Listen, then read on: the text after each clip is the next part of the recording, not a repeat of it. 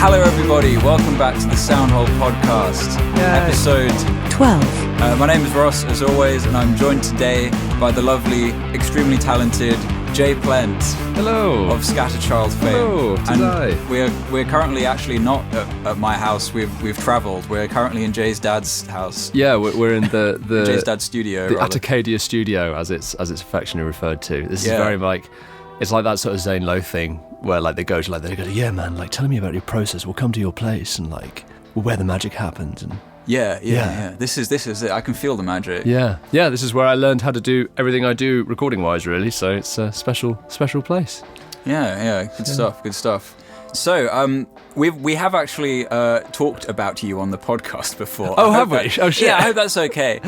No, we had nothing except good things to say, I promise. It was just on the episode that me I really hope now it like hard cuts to be, anyway, that Jay's such a fucking bastard. I mean, honestly, like who the fuck does he think he is? Well, it was Liam and Sai who I spoke of course, about you with, and they're currently wandering around somewhere. They're somewhere in my house. Yeah. They were like, we were like, you guys can come in, and they were like, no. Yeah, we offered that they could come on this one as well, but Simon's been on the podcast almost as many times as I have. Yeah, so. And Liam wanted, his fee was too high, so. Yeah, I think Sai's a bit potted out. Yeah, and I can't afford Liam. Yeah, I won't say how much Liam wanted to charge to be on the podcast, but it was 5 figures, and the decimal point was not where you expected it to be. Yeah, I don't deal with numbers. No. Oh. Anyway, Jay, ScatterChild. Hello. You've got. Are we starting again? No. I was going to launch into whatever it is that you're up to currently. Yeah. I was wondering if do you want to start from the top, the beginnings, or do you want to go straight into what's up and coming now? Sure. I mean, I guess up and start from what's currently up and popping. I'm so tired. That's okay. I am operating on we can, fumes. Yeah, me fumes. Too. We'll explain why we're tired. Let's go. And I promise it's very appropriate. So don't get any funny ideas. Age appropriate. Yeah, but what is ScatterChild up to right now, Jay? So we're in the process of releasing our debut album, which is called An Everyday Landscape. It'll be coming out on Friday the 13th of September, which is really good news and not ominous at all, and definitely not bad luck. Ooh. So we're bringing that out. We've been working on that off and on for the past there's songs on it that are like as old as 5 to 6 years old, but like really the idea of like having them be on an album, having it be an album has been about a 2-year process. So it's about 2 years worth of like hard work to get it to the point of being like, right, this is now a finished record, a finished project. We've done 2 singles, Bleep Test and Happening Like You. We've got a third one, I don't know when this will come out, but the third one, The Landscape, which is the opening track on the record, that will be coming out in August. And then, the whole album's out in September. So, really exciting. We've been really busy as well with, we did our first tour this year, played Sheffield and sold that out for the first time. We've done 2 really great headline shows in Manchester at the Castle and Band on the Wall, which, if you know Manchester, the Band on the Wall is like probably the second most famous venue to like maybe like Unite and Day, or like, in terms of like that size, like you've got your Albert Halls and all that lot, or the AO Arena, which is obviously not any time soon. Like gig venues. Yeah, like the Northern Quarter, like, cut your teeth, like that's when you're kind of, on your up and up is playing there. But so we've been really fucking busy this year. It's been really, really good. Really a lot of work. I've probably put more energy and time into music this year than ever before, just because they're like, it's an album, we want to go hard with it. So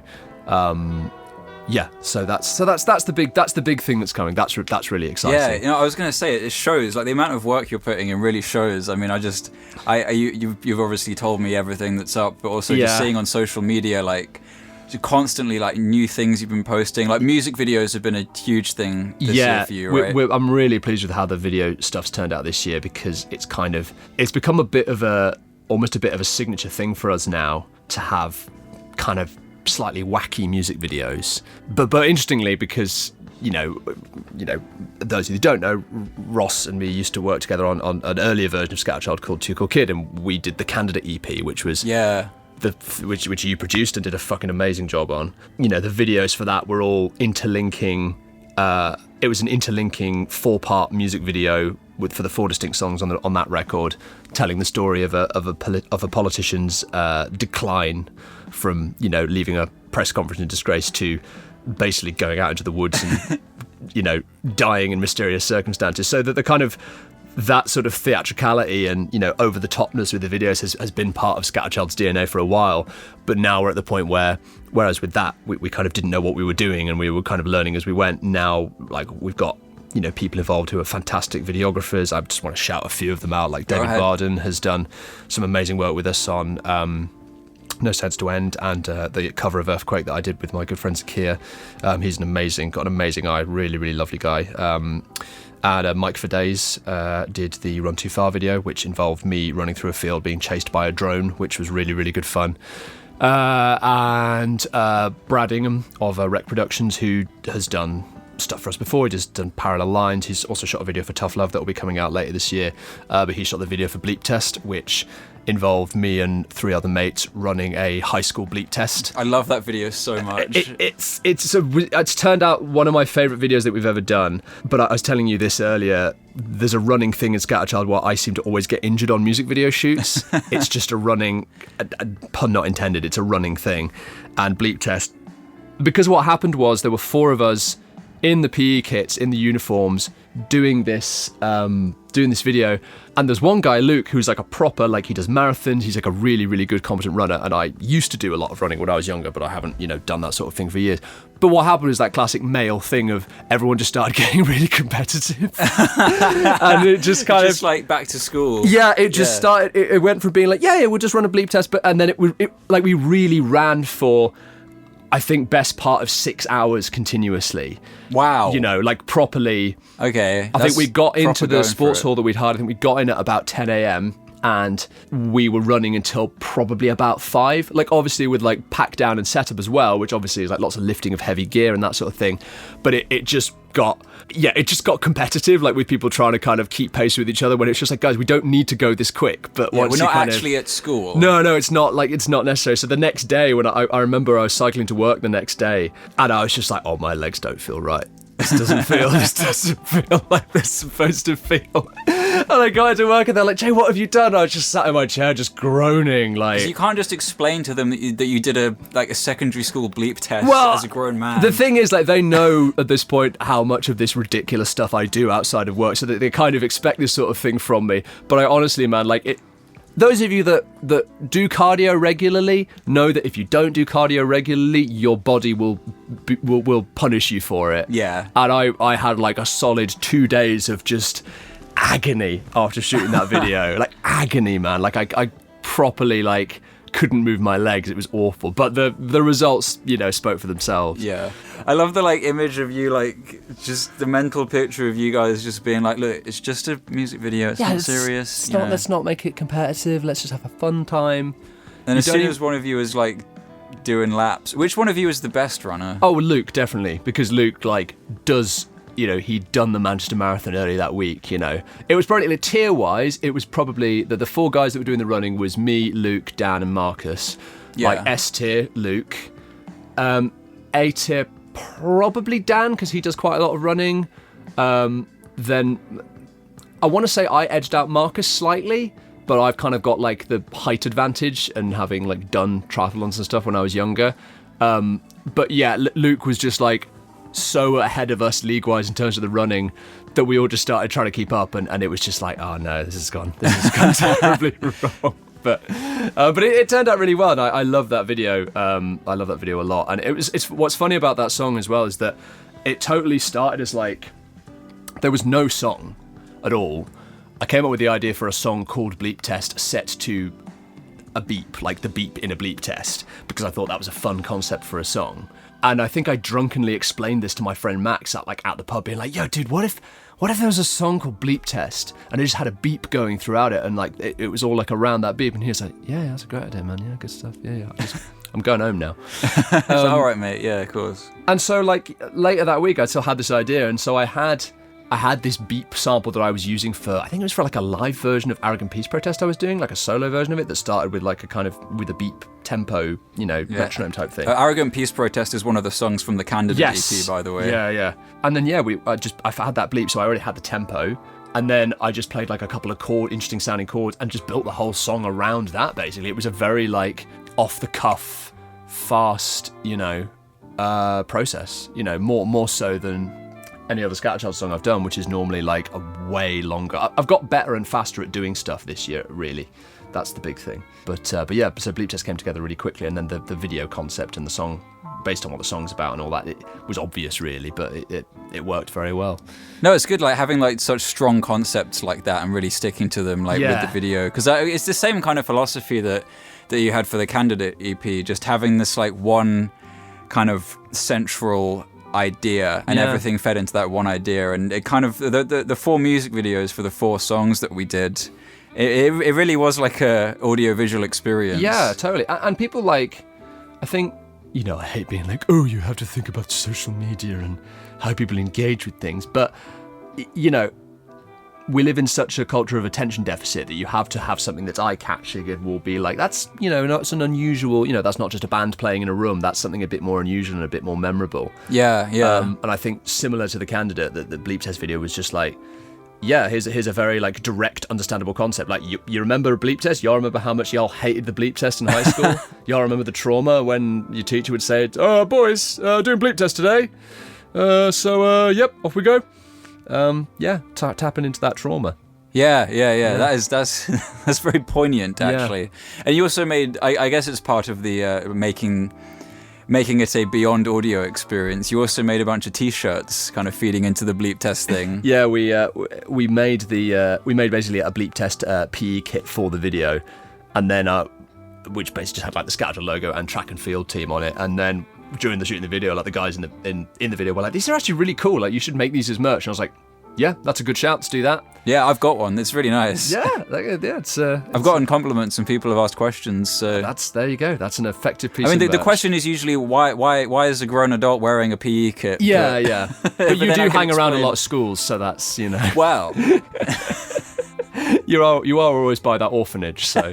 You know. It's nothing creepy, okay? I'm just looking for pickpockets from the gang, okay? Yeah. It's nothing weird. Yeah, it's all above board. Yeah. Just a bit of theft, okay? Yeah, we can all get on board with a bit of theft. Just a cheeky bit of theft. Yeah. You know, it's all kosher theft. Just don't get any funny ideas. It's fine. Don't worry about it. Don't worry about it. But yeah, the video stuff has really gone like a bit overboard in the last couple of years, which I love because I really enjoy coming up with these bonkers concepts. The last video we did as well for Happen Like You was involved our cellist Izzy smashing up a doll's house with a baseball bat in slow motion. It looks so good. It does. It looks great. Yeah, what was amazing about that was the unbridled ferocity with which Izzy destroyed that doll's house. I mean, honestly, it was like a feral being was unleashed. And it really, because what we were really concerned on the day, because basically I'd found this doll's house like in a car park of an Asda, and I was like, oh, we'll use this for the video, brilliant. And on the day we got the doll's house, and I was like, okay, so it's either going to be two things. It's either going to be that this thing is actually really well built, like a brick shit house, and it'll be really hard to break, and we'll have to struggle to like find a way to kind of pre-break it before breaking it, or it'll be so flimsy that you'll tap it and the 4 walls will just go wah, wah, wah, wah. And like, yeah, it's got to be somewhere in the middle, right? Yeah. It's got to like sort of it's got to shatter. Take some of the impact. Yeah, worries were unfounded because the minute that bat hit it, it just like exploded. I mean, if you haven't seen it, go and watch the video. You'll see what I mean, because it just explodes in slow motion. It looks absolutely fantastic. So. I think from the looks of the video, Izzy had secretly wanted to do that for a long time. Oh well, Izzy's also like every time we pitch a music video to Izzy, she's like, "Cool, can we set something on fire?" And I'm like, "No, we can't. I mean, I wanna, but easier said than done." Izzy, there's a lot of anger there. She's willing to unleash it, when it's needed. But yeah, on that note, the at time of recording, we're also we were shooting a music video today that you were helping with, Ross. So Speaking of what you and we're up to right now, we were filming today, and it was great fun. I didn't really know what to expect because honestly, I only had like the vaguest inclination of what the video exactly was going to be. Yeah. The only information I had was that I was going to be dressed as Death themselves, standard, and I was going to bury you. Yeah. Which I did. I did both those You things. did, yeah. And it was fantastic, frankly. It was. I presume it'll be out by the time this comes out, but it's the video for The Landscape, which is the sort of pseudo title track of the record. Basically, it kind of came out like I'd had this idea for a while, but what had happened was between the tour and everything else, I just realised I was like, I do not have time to as much time as I thought to get this video sorted before the single comes out. But I know I'm down south this weekend to do some stuff, and I was like, I'll reach out to Liam and Sai from Stab Panda and see if you're about as well. And let's just see if we can get it, because the first thing was like finding a place legally where we could dig a big hole for the grave, because you can't just go out into the countryside and dig a big hole, because you can't walk 5 feet without coming across a National Trust site or something where that would be frowned upon. So luckily, George Adson Atkinson's lovely dad Martin has a farm where he rears sheep, so he let us dig that hole. And despite, I will say, a large amount of scepticism on the part of both my dad and George's dad about whether we'd be able to dig a hole, we bloody did it. Yeah, there was some. Because I mean, I don't know about you, Joe, but I don't dig that many holes. You know, I don't think I've ever dug a hole that wasn't at the beach. Yeah. You know? I don't recall. I think I helped my stepdad build make a pond in the garden when I was a kid, but where he hid that body from that guy. Yeah. Well, the body, yeah. I mean, why? Yeah, exactly. Because it's like, why would there be a pond where the body is? It's obviously not there, but that's the thing. That's where it is. Yeah. Yeah, this isn't going out, right? No. This is a friendly conversation. Yeah. We'll cut this bit. Yeah.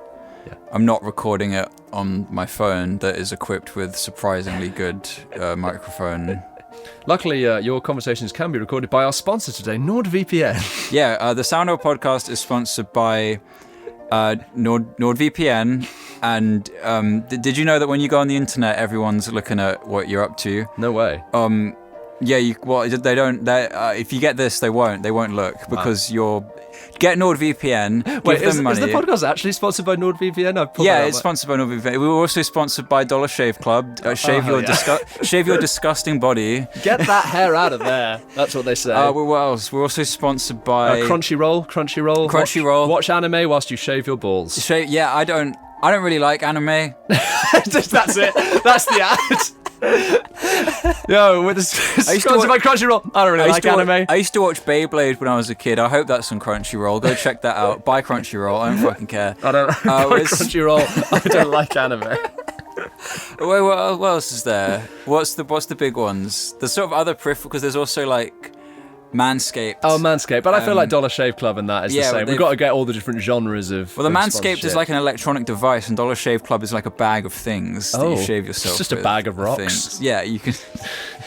Some sharp rocks. That you can sharp rocks and some shaving cream. Can drag across your stubble. In the morning. Shave like a caveman.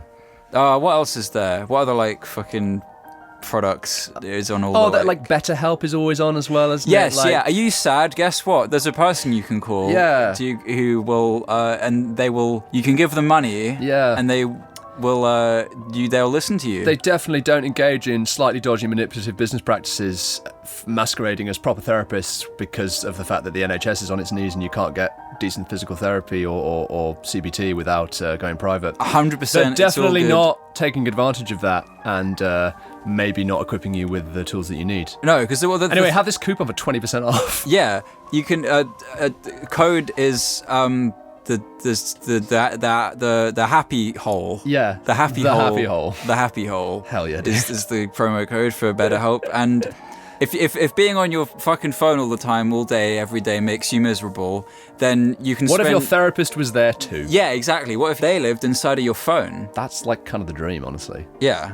It's like your own little personal Jesus. Yeah. And then the song plays. I'm gonna see if we can. I'm gonna see if we can use that, and I'm gonna put that in the ad, but they might not let me do that. And that's all the sponsors. That's for all today. the sponsors. Yeah. Is it illegal to say you're sponsored by something when you're not? I presume it is. Like, you might hear from people's lawyers. Well, I mean, this is obviously a joke. Yeah. Except that it's not. We are sponsored by them, and you can quote me on that. Tell you what. Take that promo code and type it in, and if it works, then you'll know whether or not we're joking. Yeah. So Don't fucking come at me with emails and shit. I'm not gonna read them, okay? And if you're an American company, there's basically nothing you can do. Yeah. What are you gonna do? Come over here? Yeah. Get out of there. Fuck off. Anyway. Sort your president situation out, then come at me with your sponsorship too. Yeah. Anyway. It's good stuff. It doesn't matter, it's fine. I don't fucking care anymore, dude. The music video was very fun. Oh yeah, shit. I'm talking about music stuff, shit. So I got to bury you dressed as as some kind of Grim Reaper-esque character. Some like cultish spooky man. Yeah, spooky man fish. It was very mysterious, and Sai was also another death person. Yeah. And it was just such fun. I love being a part of music videos. It's such a fun little creative endeavor. Yeah, it's nice to do. Like I really like doing them just 'cause I like creating my own little worlds, little microcosmic kind of, small movies and like little exciting twists and, creating cool surrealist visuals. I've been very inspired by, for both this video and for the video for No Sense to End, there's a photographer I really love called Nicholas Bruno. And he creates these really surreal photographs inspired by, he has like really bad, what is it when you like can't sleep? Is it insomnia? Insomnia. Narcolepsy is the one where you can't help but fall asleep. He has like really bad insomnia, so he has these like crazy lucid dreams, and he's like, so a lot of the imagery from this and from the No Sense to End videos are like very inspired by him. He's an amazing photographer.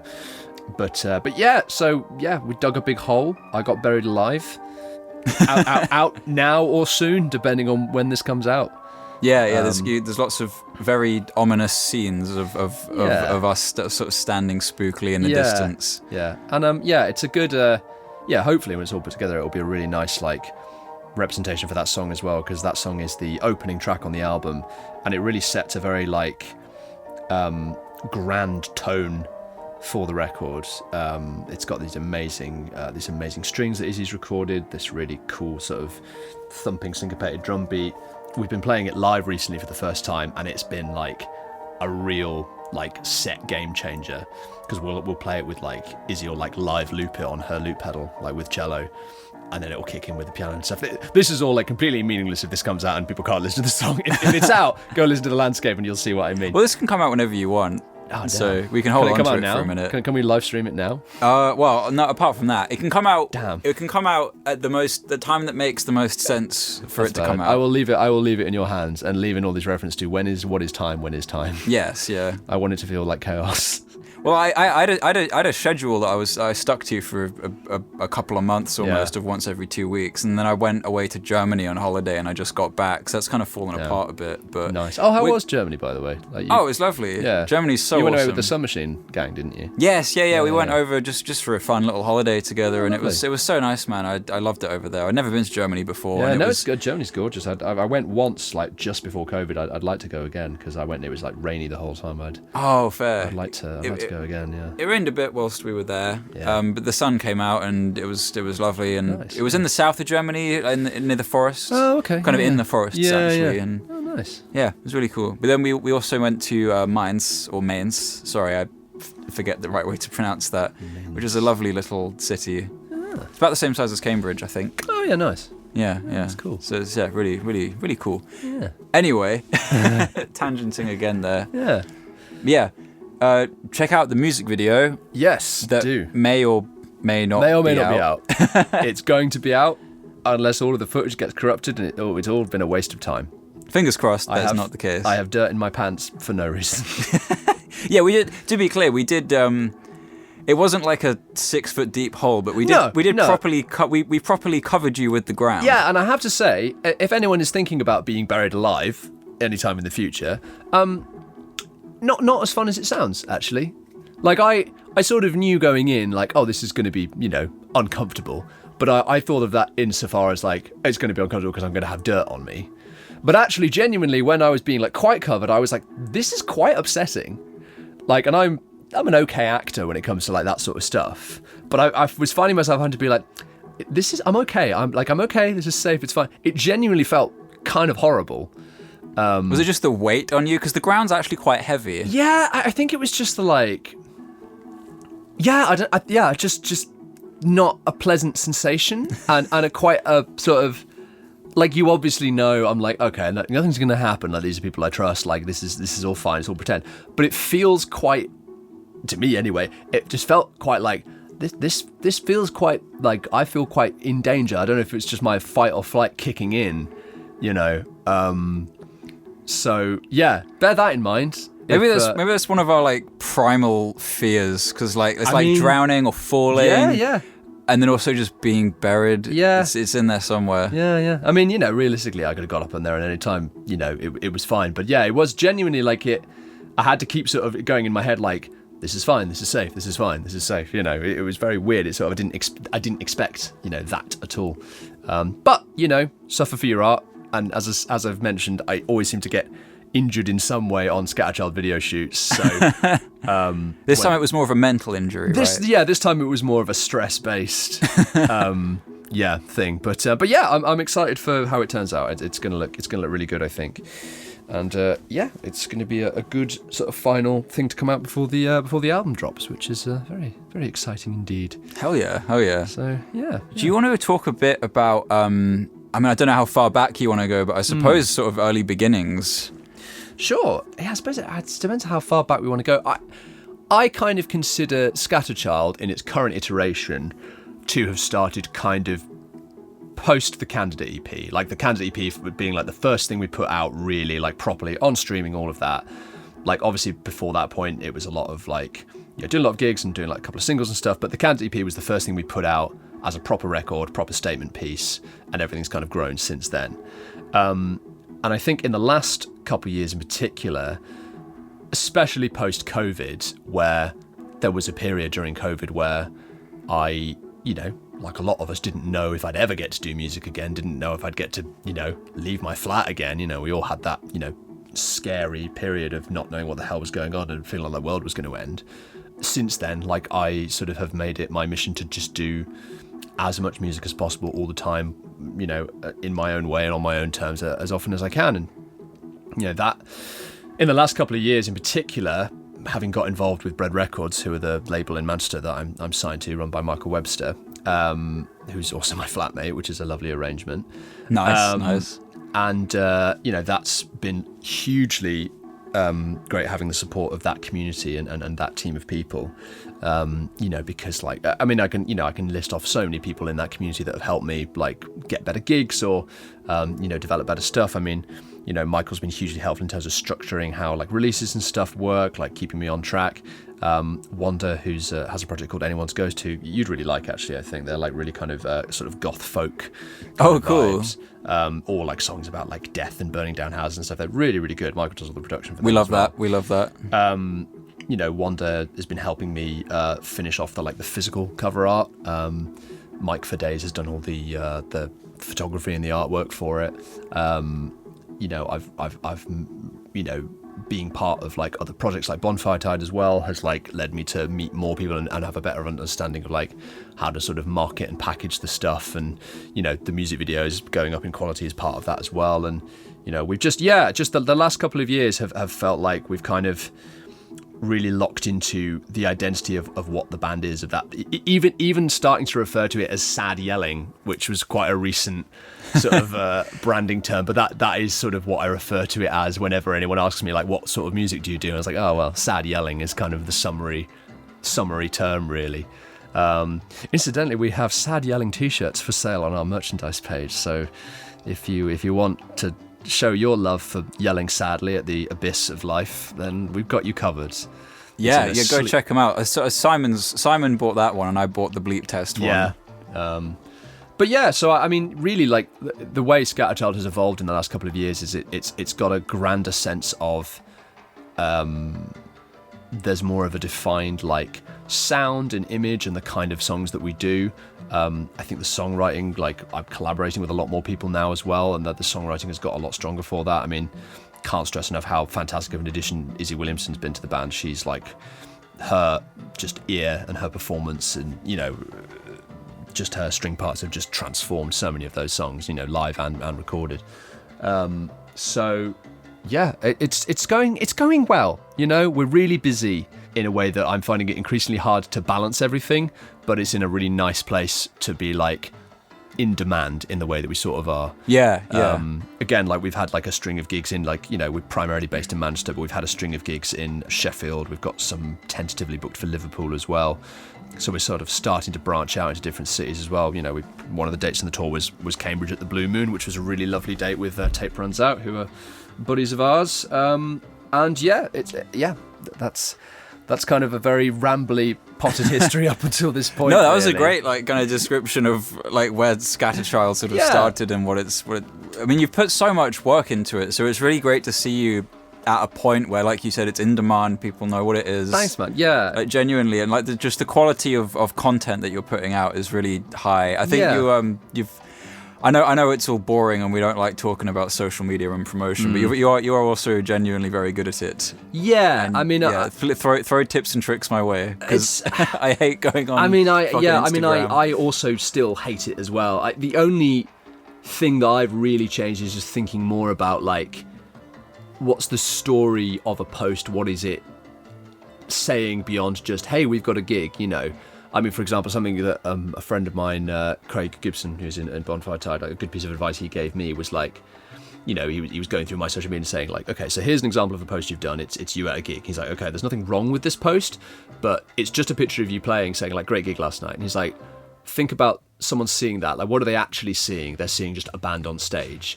You know, you would have been better off using an image of like the crowd and the band on stage, because that's communicating not just, oh, we've done a gig, it's also communicating and people have come to see it and people are excited about seeing it, which creates a sense of like FOMO in the people watching it, because they're like, oh, you know, it's like confirmation bias, you know what I mean? It's like that thing of like, even just little tweaks like that, and thinking about the quality of the stuff you post. And it's kind of a nebulous thing to talk about, because people take such different approaches. I mean, you look at someone like, I think a good example, like Biba Doobie, for example.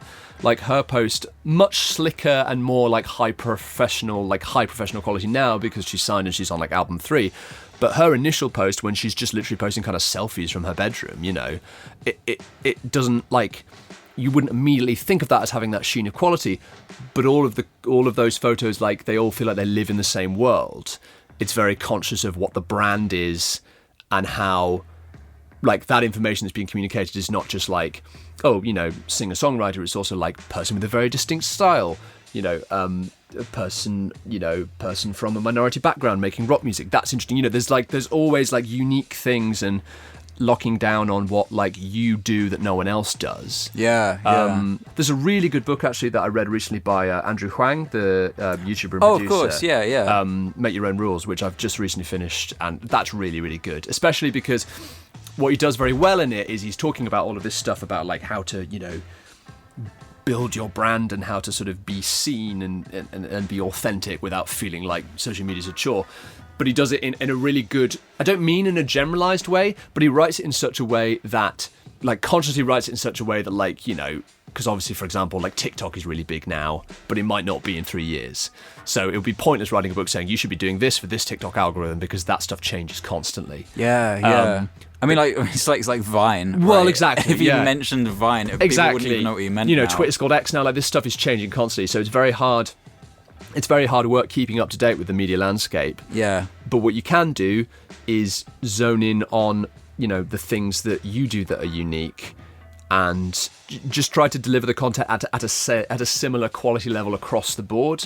And think about, like, something I do a lot as well. And again, I'm not an expert. I'm not like I'm not a social media trained guy. I've sort of fumbled through some of this on my own. But something that I try to think about whenever I'm doing a release is like the color scheme of that release.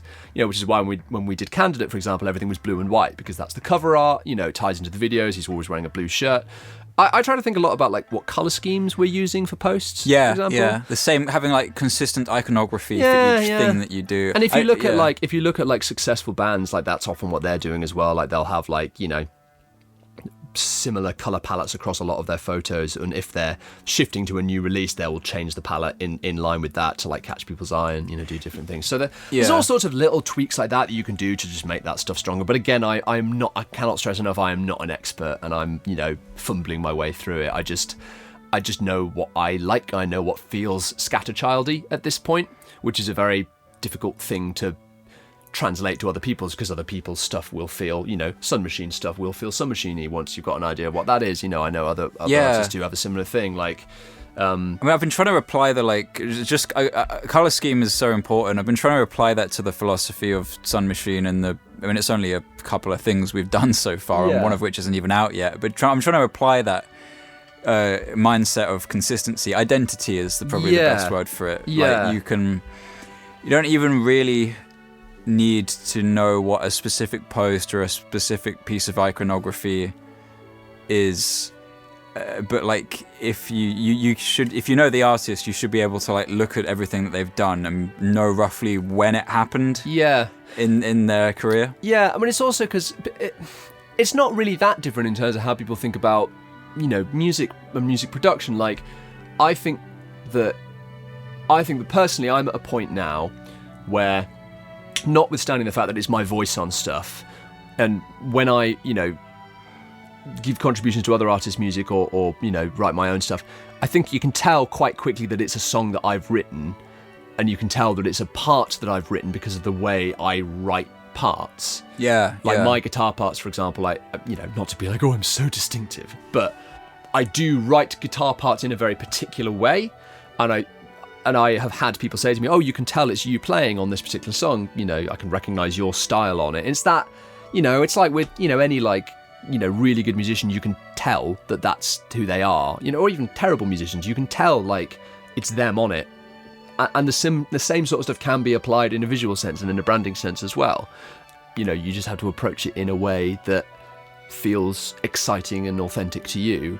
And not like shy away from some of the cringiness of it. Like, I think that's the thing that I struggle with the most, is being like, oh, I don't want to like, rant about how excited this new record is and stuff because it's cringe. But it's like, Tyler the Creator had a really good point about it. He was like, you've spent like X amount of time working on this record and doing this stuff, and you're not shouting about it till people are fucking sick of it. Like, just shout about it. What have you got to lose? Like, do you care about it or not? If you care about it, keep yelling about it. There's no reason not to. You'll be dead one day, and then who cares? Just.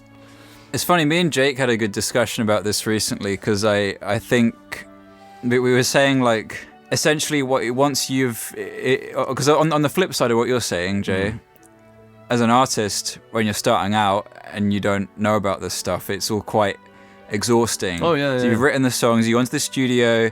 You may be involved in the production and mixing, maybe you're not, but your point is you do all this work, and then it comes out and it's just like 10 streams. Job done. Yeah. It's like, oh, cool, that's it. Now we can relax and hope for the best. Yeah. And it's like, no, dude, you gotta. Everyone else on the entire planet does not know about this. No, and everyone's shouting for the same amount of attention, the same digital space as well. So you have to, when it comes out, you have to act like it's brand new to you as well. Yeah. Which is difficult, and I've struggled with this myself. Like, I really struggle with, once a thing's out, like carrying on talking about it, because it's all the work that's gone in, but then it's like it's the post-release work. You've got to do it, and you've also got to be thinking like, right, I'm doing the post-release work, but also what's the next thing? What's the next thing I'm doing? And this is why people go through burnout, because it's that constant treadmill. But if you want to do it, then you'll find the time and you'll do it.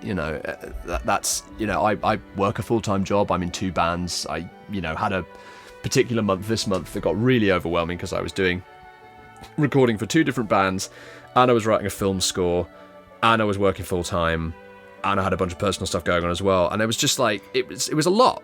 But I was like, I've got to I have to prioritize commitments and prioritize certain deadlines, and it all worked out fine, and there's some really good work that came out of that period that I'm really proud of.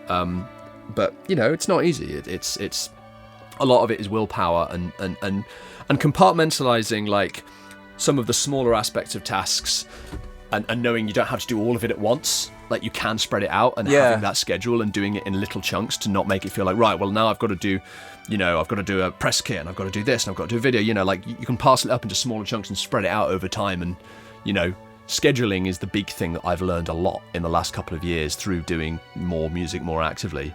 And, set up a Google Calendar. That was a big thing that Michael of Bread Records like really showed me. Was like, he was like, he's because he's full time, he's freelance as well, and his calendar is like it's like a Jackson Pollock painting. It's ridiculous. There's so many colours, and he's always busy doing stuff, you know. But, you know, if it's doable, you just have to kind of just think about it a bit more than you might think. That's a really rubbishly phrased piece of advice. No, it's very true, because, I mean, I'm not very... believe it or not, Jay, I'm not very organised. You don't say. I don't have very good time management. It's gotten a bit better. Yeah.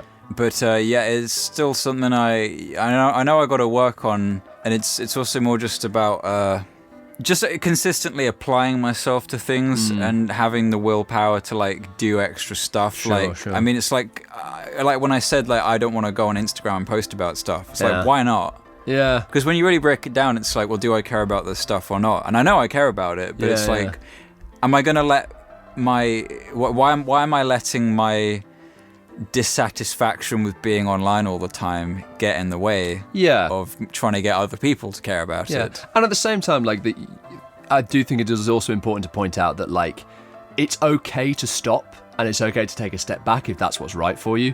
Because I think something that in fact, actually, this is exactly what the theme of Bleep Test, that's what Bleep Test is about. Bleep Test was a song that was written about feeling like if I stopped or if I stepped back, that the world would just leave me behind, and that anything that I had done up to that point to gain any kind of like recognition or attention would all just be completely undone by me stopping for a bit.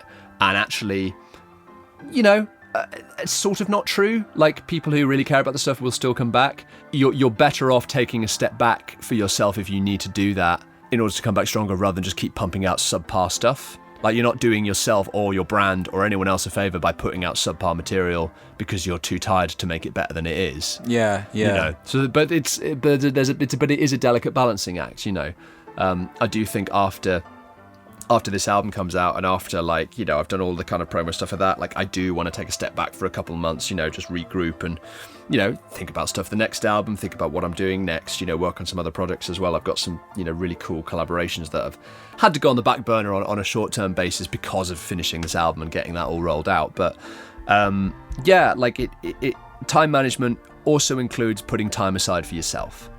And that's really important. And if people were looking for that as a piece of advice, like, it's okay to stop for a bit. Like, you can. People will come back, and they're much more likely to come back if you're coming back with something that's been worked on and is of a better quality and is delivered with more passion than it would be if you just ploughed through and, you know, mentally hurt yourself to make it happen. You know? Yeah. So that's, like, really important to bear in mind, I think. Yeah. Very well said. I do my best. Right, I suppose, should we wrap things up now, or is there anything else you wanted to discuss? Yeah, I think it's been. Thank you for having me on. First of all, it's been lovely to. No worries at all, man. I've been wanting to have you on for a long time. Yeah, it's. I haven't done a podcast in ages, so it's nice to do it. Yeah, I'm just disappointed I don't have any stories as good as the fucking the cottage chicken one. Oh my god, yeah. Well, that's that's the first episode with Nathan. Nathan's full of stories. It's just a good story. I just enjoyed it hugely. Well, I don't know.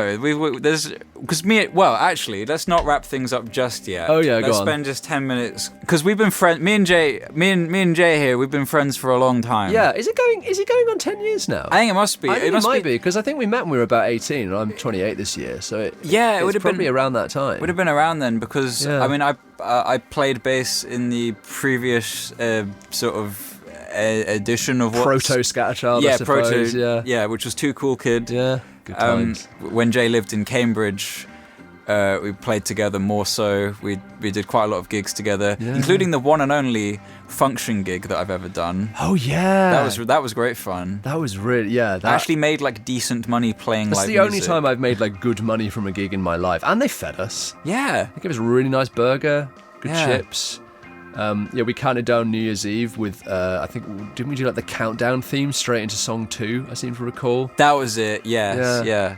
And had some guy asking for a pro-Trump song, which we were like, get this fucking guy out of here. What about us makes you think we'd do that? Yeah. But that was great. I mean, the venue liked it as well because it was packed and everyone it was lovely. You know, it was popping off. Yeah. It was the only time that I've actually played for so long that I think one of my fingers got like fucked up. Yeah. Well, also, playing. I've just remembered as well, when we played the Junction, the Fiver, didn't you like manage to slam your hand in a door 5 minutes before we were due to go on stage? Yeah, that's maybe the worst gig experience, because we didn't even play that badly. Like, I made do with what I could do, but it was just like... I think you had like an ice pack inside your fingerless gloves. Yeah. Like during the set. What happened that was hardcore. We were playing at the Junction in Cambridge, and I went to go meet a friend sort of around the back of the Junction to give them a ticket, because I put one aside for them. And there's this big gate there with a lock on it. Heavy, big, you know, for big vehicles to like come through or not come through, because it's a fucking gate. Yeah. Damn. So I open the gate, say hi to her, give her the ticket. She walks off. I close the gate, and the latch just lands like on the sort of bit of skin and muscle between your thumb and between your thumb and your index finger. Yeah. And it catches it and it hurts. I'm like, ow. Yeah. And I'm thinking maybe it'll be fine. And I'm walking back looking at this thing, and it's just sweat, like pretty much half my hand's just swelling up. Yeah, and it was. I remember it was gross. Like, it was huge. It looked like you'd been inflated. And I got back, and I was like, Jay, George, something's happened to my hand. And you were like, what has happened to your hand? And I showed you guys. Do tell. And you were like, oh God. So I think I just banged some ibuprofen, drank some water, vaped a lot to calm myself down, I guess. And then and ice packs in the gloves, which was a really good idea. Yeah, I had fingerless gloves, ice pack in the gloves. Yeah. And I played fine. I adjusted my playing style. Yeah. I think I played basically with... I left my sort of thumb in the air. Because it was your calm down, ladies, your fingering hand as well. Yes, so, yeah. you know. Well, not the fretting hand, the fingering hand, the different hands. Yeah. And I was sort of... Because I can't really, like... I don't play with a pick, which would have been worse, actually. It would have put more pressure on, probably. So rather than... I think what I was doing was, rather than levering my hand with my thumb, I was levering it with my index finger. Yeah. And then just, like, sort of above the pickup, and then just playing with my middle finger. God, yeah. No, I could do, Yeah, apparently. No, that was... I don't think I've ever, like, managed to injure myself before going on stage. But that was I was feeling for you on that one. That was a rough. Yeah. We make do. We do our best. Yeah.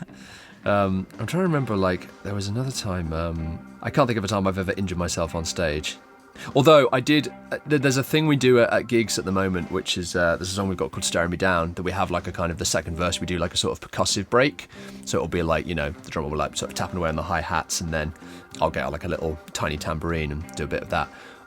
What I was doing for a bit that I then had to stop doing was that I was like doing the sort of tambourine going and then like right before I like go back on guitar, I would throw it into the audience, which was really cool on paper until like multiple times I hit someone in the head.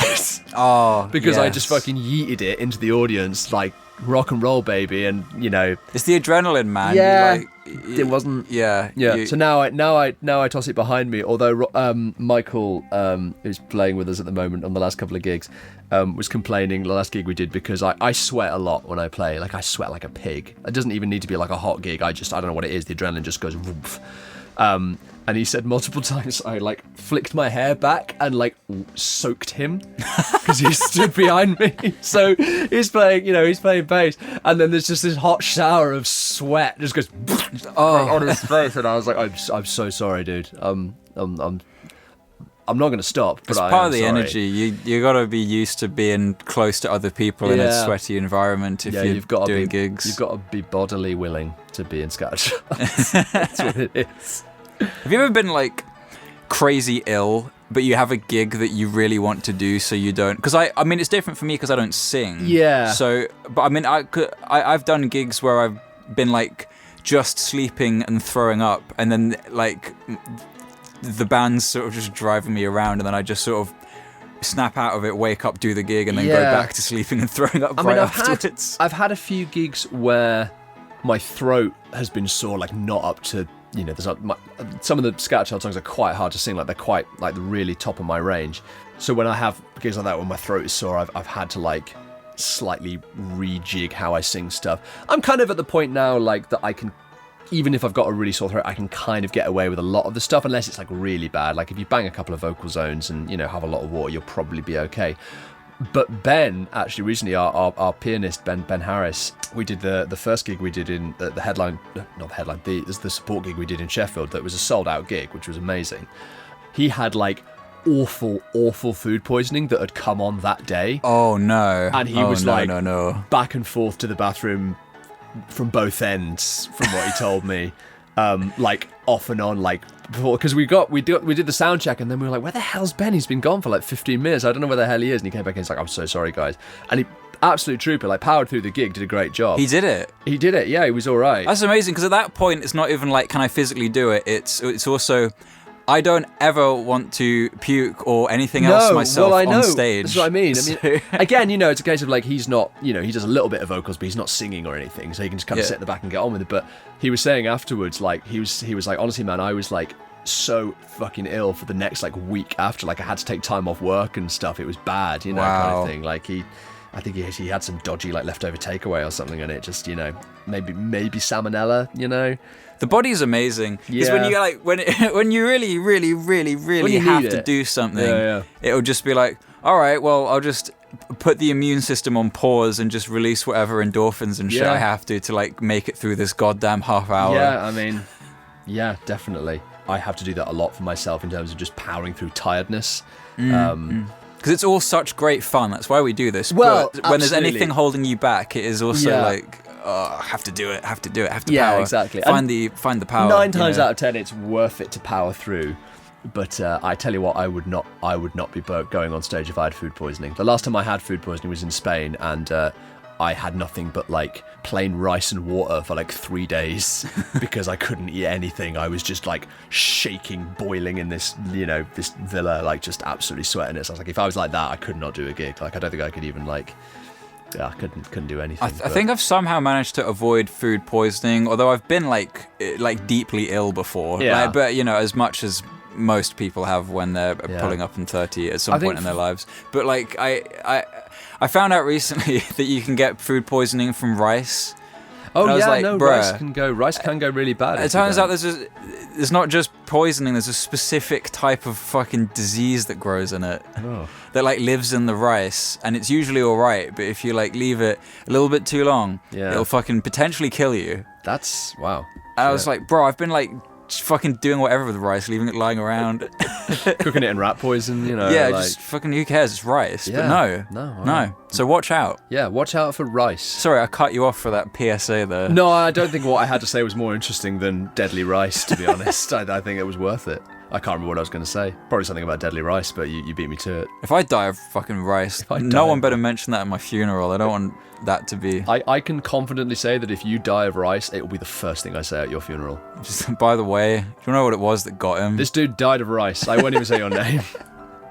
This dude fucking died of rice. What a fucking loser.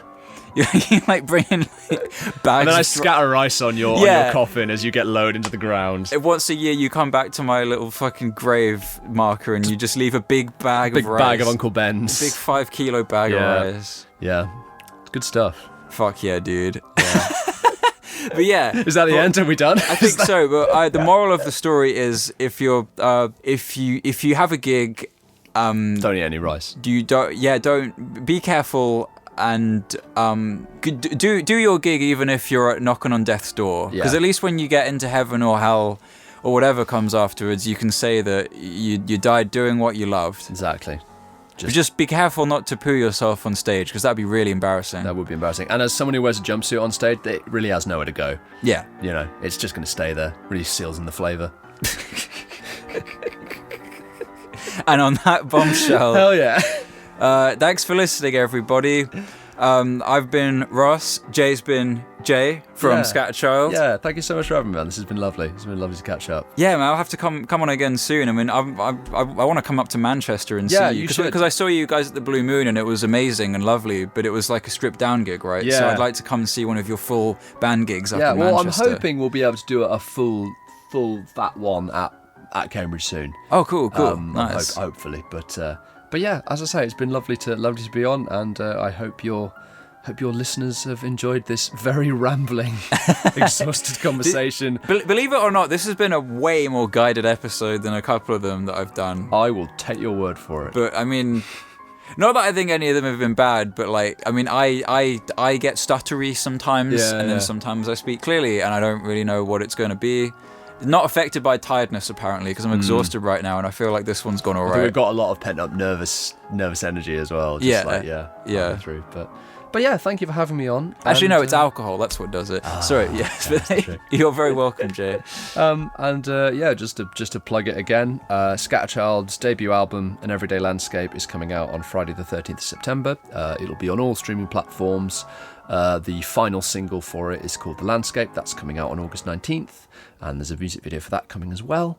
And we're doing like actual CDs as well, which is very exciting. There'll be actual CDs of the album. Physical versions that you can buy. Physical discs of music, compact discs of music. So, yeah, it's been a scatter year. It's been a good scatter year. This is ScatterChild's year, everybody. Hell yeah! Make sure you're a part of it. Hell yeah! Come to the gigs, listen to the music. It's all like genuinely, it's all fucking fantastic, and you're very talented, and everything you do is of great quality. Thank you, man. I mean that. But yeah, thanks for listening, everybody. Fucking be careful out there. It's a rough world out there right now. So be safe and be kind and say please and thank you. Don't forget to brush your teeth twice a day at least. 3 times if you have time, but apparently 4 is excessive because you can like fuck with the enamel. Yeah, so don't be. There's a balance. Find the balance in life. Don't be a dentist's teacher's pet. No one likes that. Yeah. Don't be. Yeah, the dentist doesn't want to hear about your fucking constant brushing. Anyway, see ya. Bye.